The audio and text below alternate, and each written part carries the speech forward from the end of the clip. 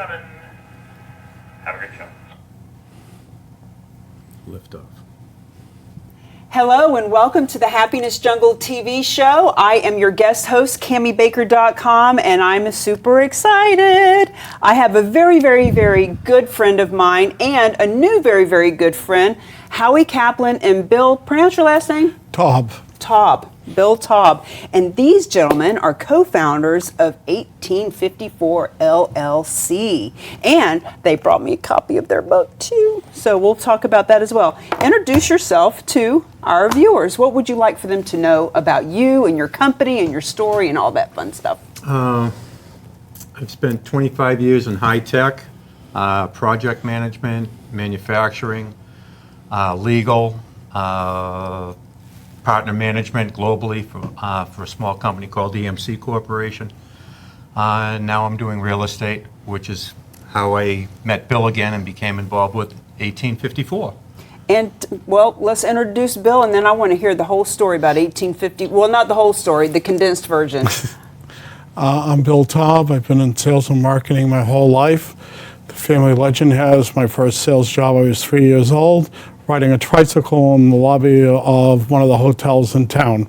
I remember the story, and I would love, at one of our events coming up, to get a tricycle and put Bill on the tricycle and have him get back to his roots. It was at the Lenox Hotel. Maybe even a diaper and a pad. No, that's too much. I was out of diapers by then. And the story of 1854 started by a gentleman named Brandel Randolph 3 years ago. And it's actually based upon his research that he did about people of poverty coming out of prisons. The social mission of the company is to hire women who have just come out of prison so they don't go back. They can support their family, their children, and have real jobs, not slinging hamburgers, because we are a high-tech company and we're based in Framingham, Massachusetts. You are a high-tech company, and when I met all of you a few weeks ago and heard the story, like there's so much going on with the system that you have. Let's talk about the system a little bit, Howie. I can't get into too much detail on it because it's on a non-disclosure right now. Because it's state of the art.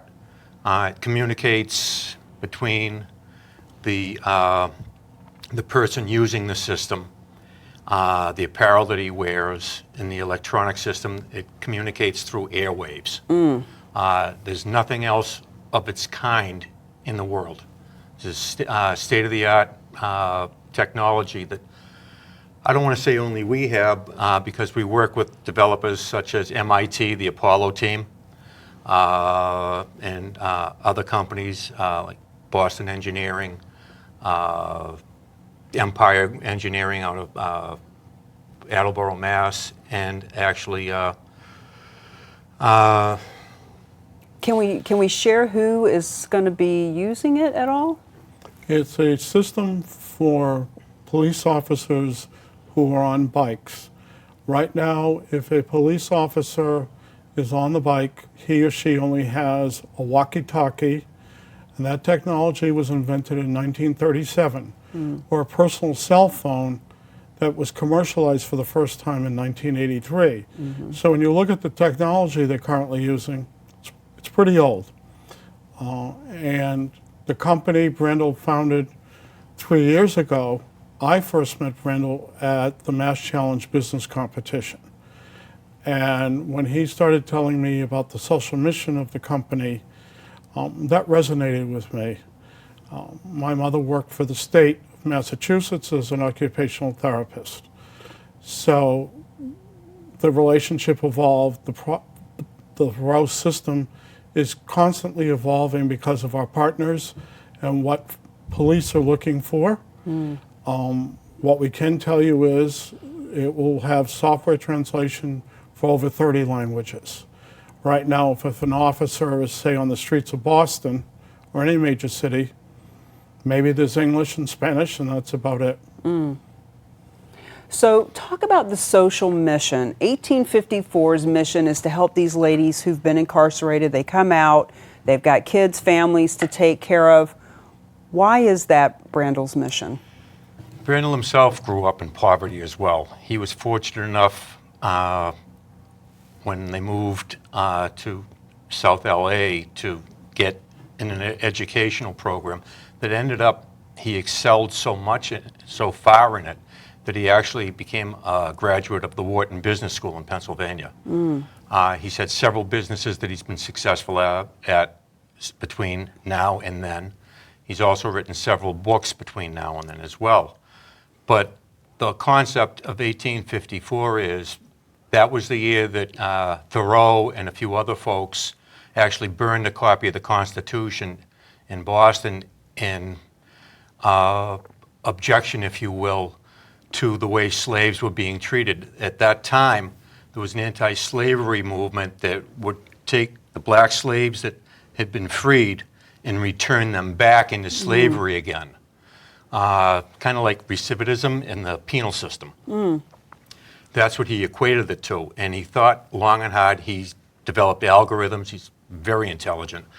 And he developed these algorithms where he was able to determine who in society is susceptible to what types of income. And he was able to determine that, for instance, in the city of Framingham, Massachusetts, women that were incarcerated have better than a 80% chance of recidivism going back into the penal system because they can't get a meaningful employment anyplace because they've got that felony conviction behind them. That's a black mark, and nobody wants to take a chance on a felon. So by developing the 1854 company, his mission was to hire women that have been incarcerated, especially if they have children, so they could be paid a meaningful wage so they could actually support themselves and not have to turn back into, for lack of a better term, a criminal past, if you will. Well, and on top of that, 1854 is providing for them a lifestyle. 1854 is providing a way for them to feel confident and renew. You know, they know when they go in there to get a job that they're not going to be penalized for having been penalized. Right. They know that there's no judgment. As a matter of fact, what we want to do, we want to try to set something up with the Commonwealth of Massachusetts to set up a system where we can bring in potential employees that are currently serving and train them ahead of time. So when they get out, they'll have a career working for us, making meaningful money. It also will give them a chance to learn high tech. We will have a lot of robotics in our facility, so it gives them a new technology to learn that's transferable, not only working with us, but any other high tech company that has robotics. And that's a leg up on your competition. Well, and I remember you guys mentioning to me that they'll also be able to be employed by the police departments, which is kind of an ironic twist. That piece is because of the software side and the data analytics that we will be involved with our partners. So our employees are going to have to learn data analytics, going to have to learn the software, and who better to help the police department than the people they once may have arrested. And so you have that. You also have, because this is going to be a pedal-assisted electrical bike integrated system, you have the community aspect of it. The kids are all going to see this, and it's going to be very, very cool. Well, and you know me, social responsibility is really important, and you know, I'm sure there'll be a lot of businesses that get behind it. And you were mentioning to me actually that the city needs to use a certain amount of their budget by minority businesses. That's correct. Yeah, talk about that a little bit. There's a certification that's called 8A that basically says you've been certified as a minority business in the manufacturing sector, in the industry. And the Commonwealth of Massachusetts, like as many other states have, they have a preferential treatment to help develop minority-owned companies. By doing so, it gives us a chance to grow and develop a business line. So that goes a long way in helping us with the business and employing people And the other part of it is our company is focused on doing the majority of our business through cities or towns located in New Hampshire, Massachusetts, Rhode Island. Most everything in the product that we have is made in America. So it's 95% American-made, manufactured, and supported, which nobody else can make that claim today. It's so important. It's very important. And the people that we have done beta testing with, such as the city of Framingham, the city of Boston, they've fallen in love with it. We brought in the police department from Wareham, and the lieutenant from Wareham, he was like, when he came into the conference room and saw the equipment, he had the expression of a little boy coming down on Christmas morning and seeing that red bicycle underneath the tree that he's wanted for so long. It was priceless. Well, and to your point, that's going to go a long way when they're out in the street and the kids that see it. It'll make the cops cool again. Making cops cool again. Ooh, there's a tag for you. To me, it's the picture of mostly boys. There'll be some girls, and they're going to see this thorough tactical system, and they're going to go home. And my vision is they're going to tell the adults, their parents and friends, I just saw the coolest thing in the world. And guess who's got it? And so it allows the officer to have a positive interaction with boys and girls on the street. 1,000%. Instead of them, going the other way when the officer, maybe they'll go towards the officer and want to talk with them. No doubt. As a matter of fact, you guys could teach them a class on how to actually interact with the kids about it, and there's a line of apparel that goes with this as well. Can you talk about that at all?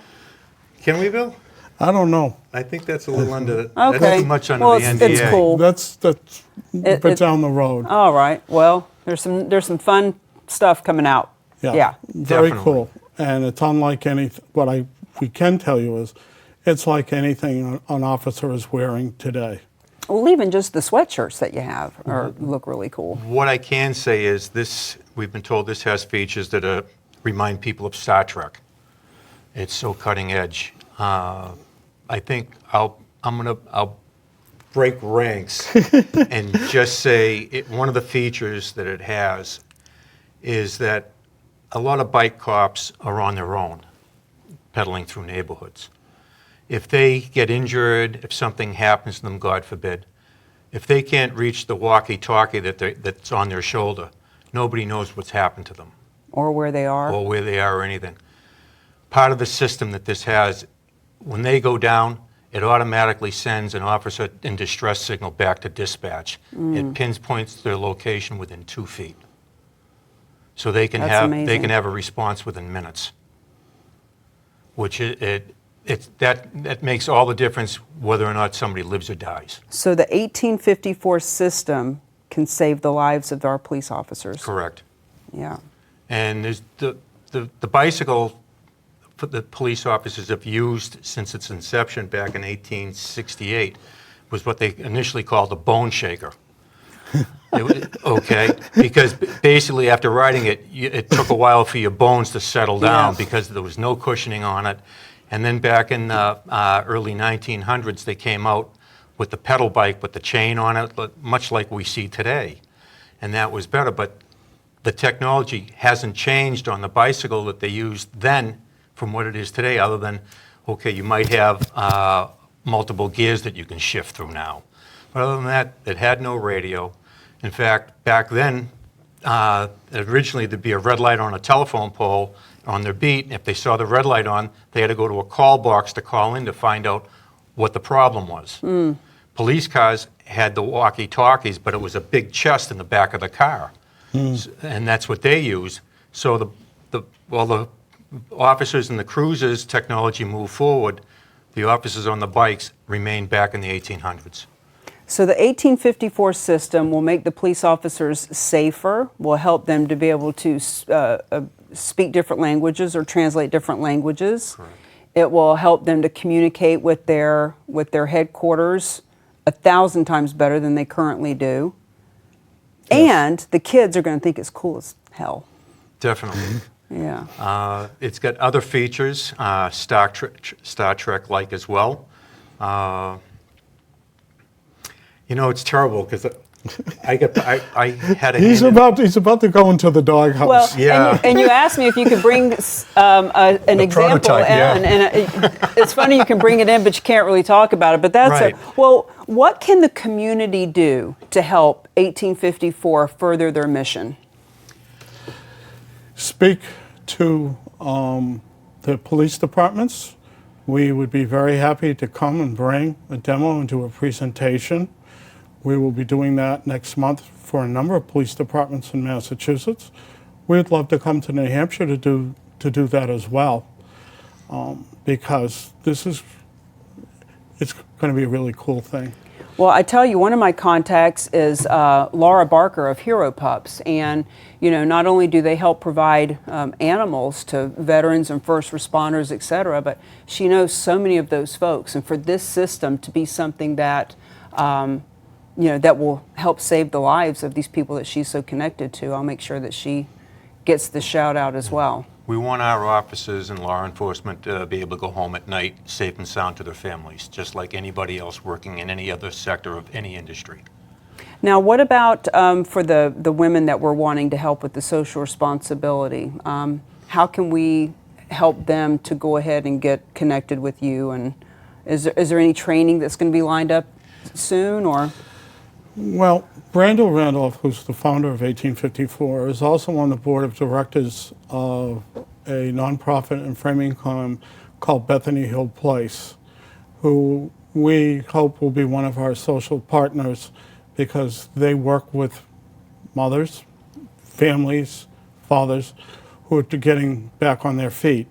So we also will have social partners to help the company with its social mission. We won't be doing it alone.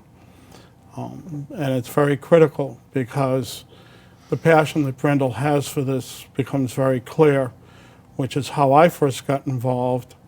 I met Brendel just about a year ago and saw what he was doing. And over that time, it has evolved from even last August in July. So folks, can reach out, find us on the web. And to your point, it's evolved even more in the last 4 months, Yes, exponentially. yeah. Oh, that's because you got involved. I wouldn't go that far. It's been actually a team effort. The three of us probably talk no less than a half a dozen times a day, Yeah. starting about 6:30 in the morning till maybe 9 o'clock at night. Matter of fact, Brendel called me while we were driving here. He's actually And making a said, delivery. what's going on? What's going on? He's actually up in Manchester making a delivery. We had a fundraiser event at Bethany Hill back in March or early April, and he raffled off one of our cargo bikes. It's a motorized three-wheel bike with a big cargo area about the size of this table. So you can put kids in it? Or anything else. You could have a hot dog machine in it, a popcorn machine, anything you want. It's customizable. And he put it up, he donated it for a bid, and I think they bid, $350 for it. The bike is worth about $3,000. And he's delivering it today, In New Hampshire. Manchester. Well, I hope he is putting press releases out and letting people know what he's doing with that thing. If he were here, he'd be talking to you, learning how to. We're going to talk about that some more. So what else would you like the population to know about 1854? I think they need to get behind their police department and the safety program that this brings and make it known within their selectmen, their city officials, whatever, that this exists and they should be looking into it more. And they should be reaching out for more information so we can educate the police departments and the city or state officials so they know what it is, so they can understand its value and what it brings to the table, not only for the police department, but for the citizens as well. As Lieutenant Correa at Wareham had said, when I was sitting in his office several weeks ago, he pointed out his office window and see those two Harleys out there under the shed? And I said, yeah. He says, those announced their presence 20 minutes before we get there. You can hear them coming down the road. Mm-hmm. That's why I want these bikes, because they're so stealth, we can actually catch the perps. And And that makes a big difference to clean the neighborhoods up and the streets, get people out of there so the public can go about their day-to-day business without fear of being shot at or robbed or whatever. The officer on a bike can do things that an officer in a cruiser can't do. And one of those things is an officer on the bike can interact with the community very differently than an officer in a cruiser. What Thoreau looks like, because it's Star Trek, the kids are going to want to interact with the officer to find out more. Ooh, wait a minute. Maybe they'll become an officer themselves, because police departments at times have a problem recruiting new police officers. Well, if you're on a Thoreau, you're the coolest kid on the block. You're going to be the coolest kid on the block. Well, and you're going to sell these to the general public too. Yes, it won't have the same bells and whistles that the officers will have. And just to be clear, this isn't going to be just for police officers. This is for all first responders. For instance, the officers that maintain the parks and recreations need something like this to traverse through the paths in the wilderness, if you will. It's an all-terrain vehicle.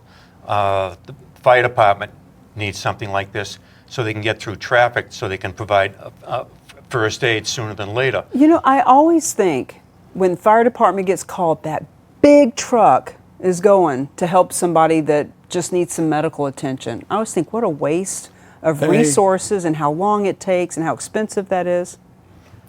Firemen do not leave home without their fire truck. You can find fire departments, whoever's cooking that night in the station, they don't have the food, they end up going to a supermarket, and it's parked out front because they never can leave home without it. The other piece is, and what Howie alluded to is, we spoke to a selectman recently in a town in Massachusetts, and he told us about the extension of a bike path that's going to be between his community and another community. Well, cruisers can't go down those bike paths, but we will be able to go down that bike path with the latest technology to help the police officer do their job better. You know, the more I hear you guys talk about it, the more safe I feel for myself. I was actually dating a police officer for a little while, and I could imagine feeling so much safer knowing that if he were to go down, they would know immediately. Right. And that when he needed help, he didn't have to, what if he couldn't do this? And That just, was the concept behind the camp. Right. and just being able to, it just, there's so much that this piece does. This even works. I noticed we had an all-day event in the town of Middleborough, Mass, that I participated in with Rolling Thunder and with the real estate company, Jack Conway, that I'm affiliated with. And I noticed the ambulance service, they had their ambulance personnel going up and down the street on pedal bikes. So I stopped and I talked to them, how many do you guys use of these? Oh, we probably have close to 50 to 100 of these bikes. There you go. Because they have to cover all these different events. This is great. Boston, for instance, the streets of Boston, anybody that goes in the city of Boston knows that every street in the city of Boston used to be a cow path. Very narrow, difficult to traverse. You couple that with the high volume of automobile usage there, you can't get through the streets. You have something like this, you can get through the streets. Top speed right now is 28 miles an hour. We're looking at being able to increase it to 45 miles per hour. And the tires are thick enough that if it's snowing, because God, you're right, Boston is, I don't know how people get around. Boston police bike units, 365 days a year. Doesn't make any difference for them what kind of what the weather is like. Think of the streets of the North End with cars parked and the snow clogging, and a cruiser can't get down the street. Or in the summertime when they have all the festivals in the North End, they cannot, it's difficult for the officer. They're going to walk, but with us, they'll be able to do it faster, and they can, if a child gets lost, we will be able to help them identify where the child is lost. And children are going to be that, like to your point, they're going to be that much more likely to come up and talk to them when they're on this cool piece of equipment. They're Right. just that much more approachable. So in the last couple of minutes of the show, the best opposition is a good defense. The best offense is a good defense. What are some things that you think you're going to be up against in the marketplace? Because it seems to me like this is a no-brainer. Why wouldn't every police department have 10, 50 of these things? The town I grew up in, and I'm not going to mention the name because I don't want to make the chief feel like he doesn't. should. Exactly. But I was going to present to him the prototype and the benefits of it. And initially he was going to meet with me, and then he changed his mind. He said, nope, you see one electric bike, you've seen them all. And I responded to the town manager who Bill and I grew up with. And I said, Bernie, not for nothing, but I would bet my year's salary there is nothing on this planet that compares to this, that provides what this will do. He's too short-sighted and doesn't understand it. He's painting it with a broad brushstroke. And basically, it's anybody that's been, I don't want to say, what's the term? Ignorance will keep people in everlasting ignorance. Right. It's a lot of inertia. Yeah.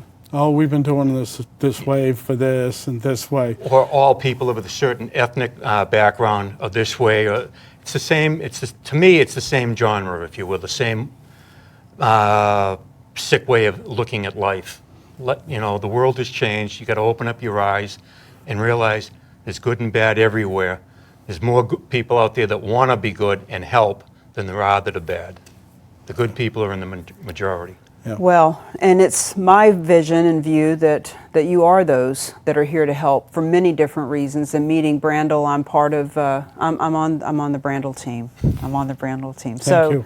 We here at the Happiness Jungle can't wait to see this in every police department, every first responder, every person whose life is on the line to keep us safe needs to have an 1854 system.